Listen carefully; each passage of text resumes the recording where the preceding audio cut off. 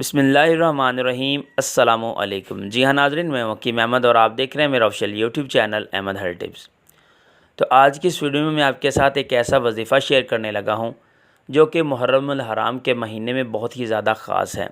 लेकिन इस वजीफ़ा की ख़ास बात यह है, अगर आपने मुहर्रमुल हराम का महीना मिस कर दिया है या आपसे छूट गया है महीना, तो आप इसको किसी भी और औकात में कर सकते हैं। वैसे तो ये वजीफ़ा सिर्फ़ आपने एक मरतबा करना है, लेकिन अगर आपका काम नहीं हो रहा तो आप इस वजीफ़े को 2 से 3 दिन तक करें।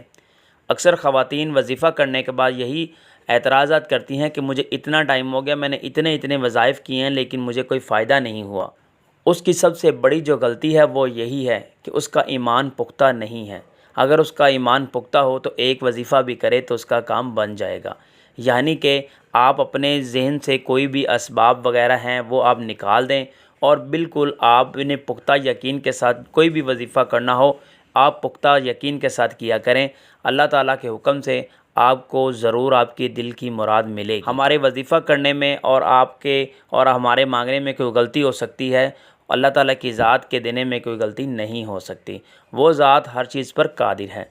तो हो सकता है कि हमें कोई ऐसी गलतियाँ, ऐसी कोताहियाँ हों, क्योंकि जब भी हम पे परेशानियाँ वगैरह आती हैं तो वो अल्लाह ताला की तरफ से दी जाती हैं, लेकिन वो हमारे ख़ुद के हाथ की कमाई हुई परेशानियाँ होती हैं। तो आपको कोई भी परेशानी हो, आपको कोई भी मसला हो या आप औलाद की हाजत के लिए करना चाहें तो ये वजीफ़ा आपके लिए ख़ास है। तो वजीफ़े की तरफ चलने से पहले आपसे रिक्वेस्ट है, अगर आपने हमारे चैनल को सब्सक्राइब नहीं किया तो काइंडली चैनल को सब्सक्राइब कर लें, ताकि इस तरह से हमारा और आपका राब्ता बना रहे।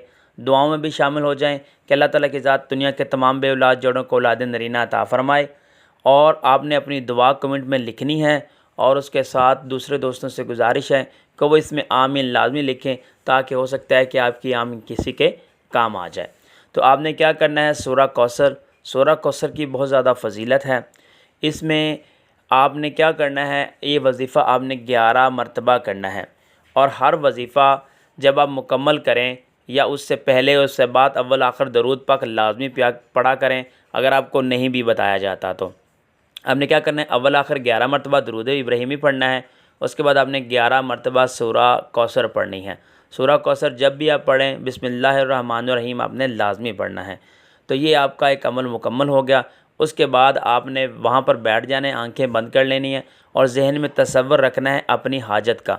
और उसके बाद अल्लाह ताला की बारगाह से दुआ मांगनी है। और दुआ मांगना हर बार मैं आपको बताता हूँ कि दुआ जो है इस तरह से मांगे, इसका सही तरीका ये है, आप तशहद पर बैठ जाएं, आपने बिल्कुल फोकस करना है अपनी हाजत के ऊपर और ऐसे समझना है कि मेरा और अल्लाह ताला की ज़ात का डायरेक्ट राब्ता है, डायरेक्ट अल्लाह ताला की ज़ात से रिजू करना है।